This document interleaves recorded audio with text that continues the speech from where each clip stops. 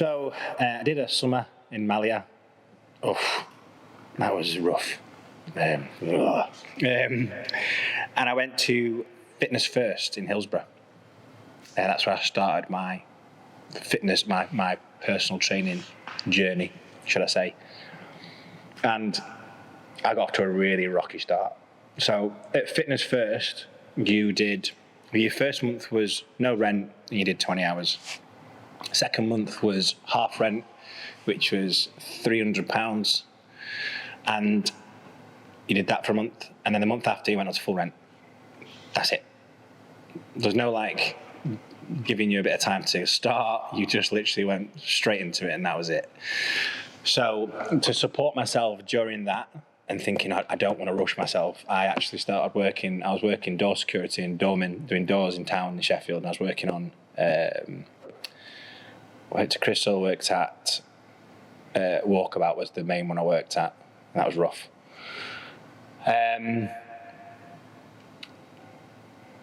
After 2 weeks of personal training or trying to get clients, I was ready for sacking it in. And I remember having a conversation with a good friend of mine, Matt Wright, and he said, and actually Neil Curry was my gym manager at the time, so big up to Neil. Many of you might know him from his bodybuilding. He's a pro athlete now. Matt's actually doing sports massage, I think, now. But anyway, they were massive influences because when I first started, after 2 weeks, I was like, I've got no clients. No one is and I was on the gym floor from 6 in the morning, and I was there till 10 o'clock at night. And I was going from the doors, from there, straight to the work at the doors, getting in at 4 o'clock in the morning on a Friday, Saturday, and coming straight back to work. I was knackered. And after 2 weeks, I was like, I can't do this anymore. And they were like, look, Ryan, stick at it, keep doing what you're doing, and you will start to see people coming through. And literally after, I think it was the third week, I had 4 or 5 people starting up. And after the fourth week, fifth week, I built a client base. And I was having about 30, 35 sessions a week. I was charging 20, 25 quid.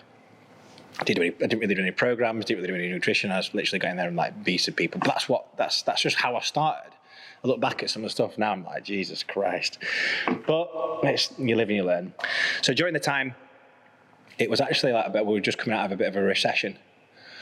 And I kind of saw a gap in the market where people didn't really want to pay for just personal training, but people wanted to feel like they were doing something. So I started a group training or a boot camp up. And I started that with someone else, and it went from nothing to 50, 60 people doing it. And we were charging £100 a head. And we were overrun with this. We used to call it Fit for It Boot Camp. And we ended up doing 1 in the morning and 2 at night, and different groups in because the rooms were just packed. And everything was going really well. And this was my kind of first ever proper kick in the bollocks. Everything was going great, and I was like, this is buzzing, I'm loving it. And then all of a sudden, they pulled us into the studio and they said, right, guys, just letting you know, we're closing the gym for 3 months while we do a refurb. And we were like, well, what are we supposed to do? They were like, well, sorry, this is what we're doing. That rip. So on the night of the refurb, I can tell you this now, I went into the gym, and I'm not going to mention names, but I bunged someone a little bit of money. And I took some steppers. I give everything back, right? But I took some steppers, some dumbbells, some kettlebells, other bits and bobs, and I literally loaded the back of my Corsa 1.2 to the brim with as much stuff as I could get and drove off. And I was doing boot camps, and it was winter time as well. We were doing boot camps in fields, on parks, and just to try and get by. But they were still quite busy. And I was doing personal training out of someone's garage. Mick and Kay Simpson up in near Ecclesfield. So thank you. I was doing personal training out of someone's garage. And then they opened the gym again. And we came back, and I remember that the style of gym had changed. It had gone from the Fitness First, a blue collar, to a check-in, revolving door that was the first of the cheap budget gyms. And by God, the members that were coming in, they didn't want to do any personal training. There were no kind of market for anyone really they were paying £15 for membership. So when you were trying to charge 30, 35 quid, they were like, nah, not doing that. So the boot camps were going really well. And then we started to get back onto our feet a little bit. And then again, the gym shut, and they're doing it from, I think it was Click Fitness to Fit Space, and they said they're shutting again. And I was like, look, I can't keep on doing this. Can't keep having the ground ragged from under my feet just after getting back off the business. So I decided with my partner at the time to open a gym. I think I was about 23, and I had absolutely no fucking idea what I was doing, like nothing. But I just knew in my head, I was like, there's people with a little bit of money who don't mind paying for a little bit of a better gym, more of a personalized area. I know there's people out there who want to do the boot camp and they want to do more of the functional style of training was the kind of like buzzword back then. Everything was functional, even though any exercise you do is functional. Functional training was the big thing. And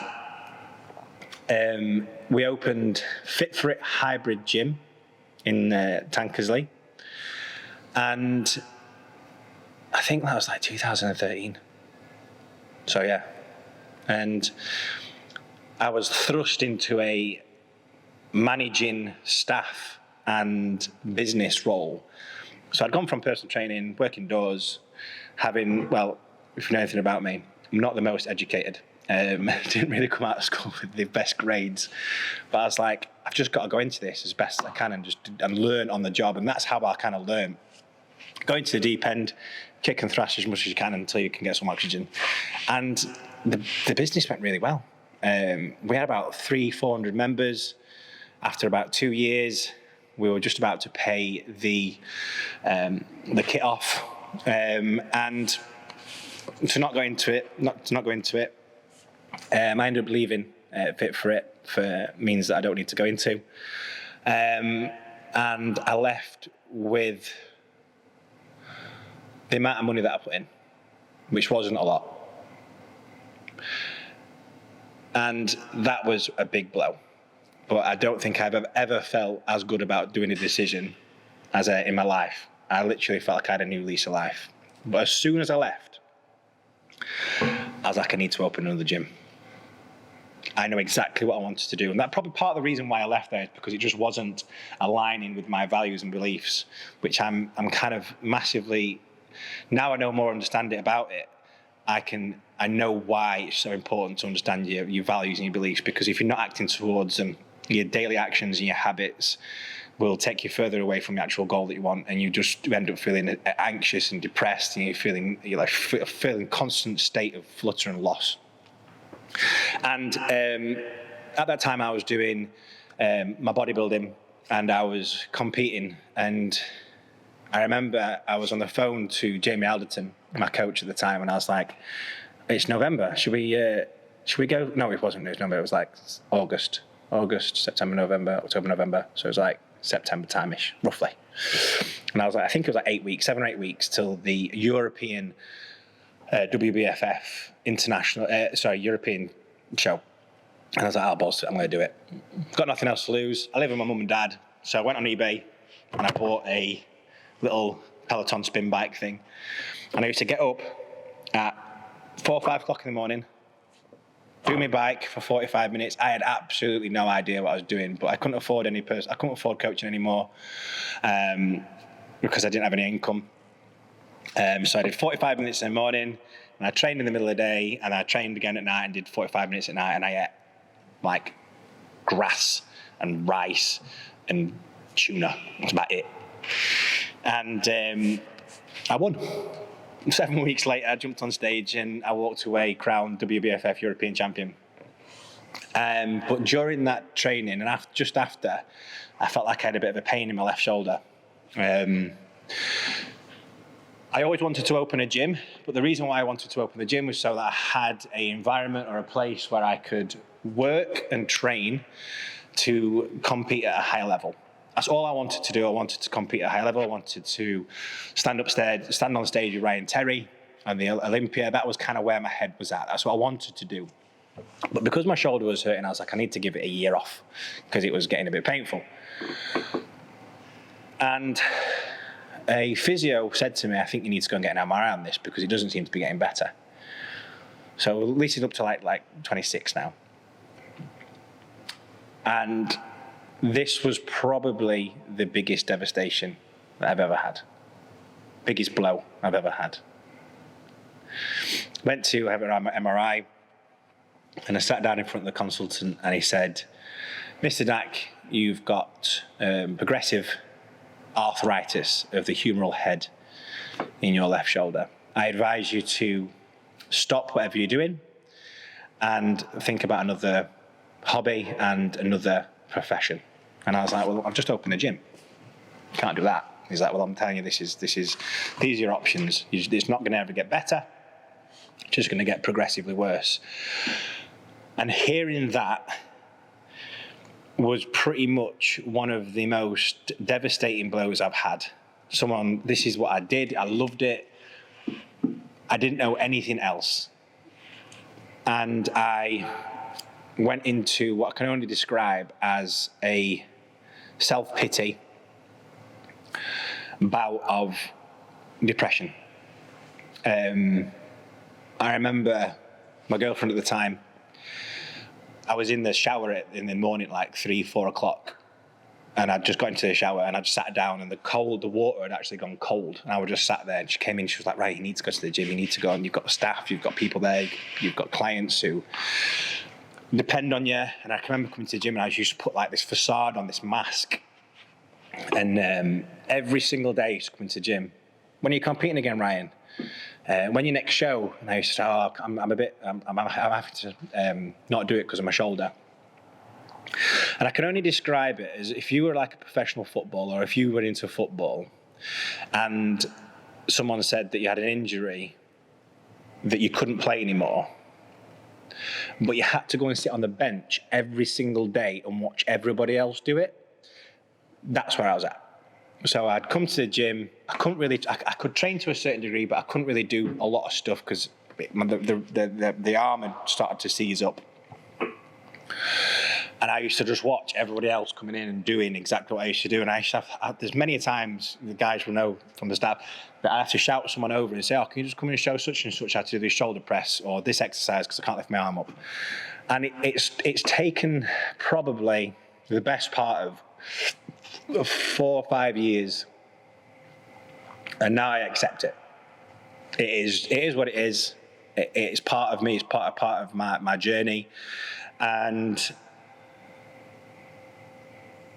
I guess it's a bitter pill to swallow, but it has led me into the finer things and just a bit of soul searching, really, because now I can't do the competing side of things. I've really had to look at what else makes me happy. And this is why I've started to go into the performance coaching side of things and not just the personal training. And the reason why is because I've had a physique. I'm not going to say I've had the best physique, but I've had a physique. I've been lean. I've been quite muscular to a certain degree. But I wasn't happy. I wasn't happy. And not living a fulfilled life. And having a physique is great because you're confident, you're more confident that you can actually take actions towards something because your routines are better, your nutrition's better, your sleep is better. So everything is like lining you up towards something. But if you don't know what that something is, then you're like a great ball of potential that's not doing anything. So the reason why I've gone into executive coaching is because I want to take people and get them from A to B, get them from physique to moving into more of a fulfilled and happier life. And the way we do that is, let's look at like the first 12 weeks. we're going to get someone into the best shape that they can, get the routines better, get the sleep better, get the nutrition better, get the training on point. So that ball of potential is now ready. And then from there, we can look at outside of the gym. What's your career? What are you wanting to strive for? Are you happy with the job you're doing? Are you happy with the career you're going down? Is it time now where you think, right, okay, I want to branch out. I want to push myself. I want to take that next step, but I just don't know what that step is, or I've got some self-limiting beliefs, or you've hit your ceiling. You're earning so much, or you're doing so much, but you just don't feel like you can break through that. And this is where the executive coaching is broken down into your goals, what you want to achieve, so your big goal, your big dream. Then we look at your performance goals. Then we review your reality. So what you are in now, what you're doing now. So we've got a baseline of what you're doing, your goals, and then we look at your performance steps towards achieving better and your options. So what options have you got? What can we do? What options can you take? I'm not going to tell you what to do. I'm going to ask you the questions for you to get the answers, to bring to the forefront of your mind of these are what I can do to the next steps. Then we look at the will to do it. So if you've got a list of jobs, we can narrow it down, these options. Which options are you actually going to follow through on? Right, and we go through it and we score it like 1 to 10. And the ones that you kind of like doing up to 5 or 6, we disregard them. Ones that we're doing from a 7 to 8, 9, we look at how can we get them to a 10 and we act on them. And then from that, we review. So this is why I want to push the executive coaching, because having a physique is great, getting the potential to reach and go further in your life is all well and good, but if you don't know where you want to go and you need a hand for it and you need a bit of advice, this is where I can come in. And my experience from being bullied at school to doing martial arts for Great Britain, from opening my own gym with absolutely no idea what to do, and getting a successful business, and then being taken back and not having a business, to then reopening another gym at S20 and pushing through that, and then having staff and coaching, mentoring them. I am more than qualified or more than experienced enough now to pass on this information to other people so they can live a happier and more fulfilled life.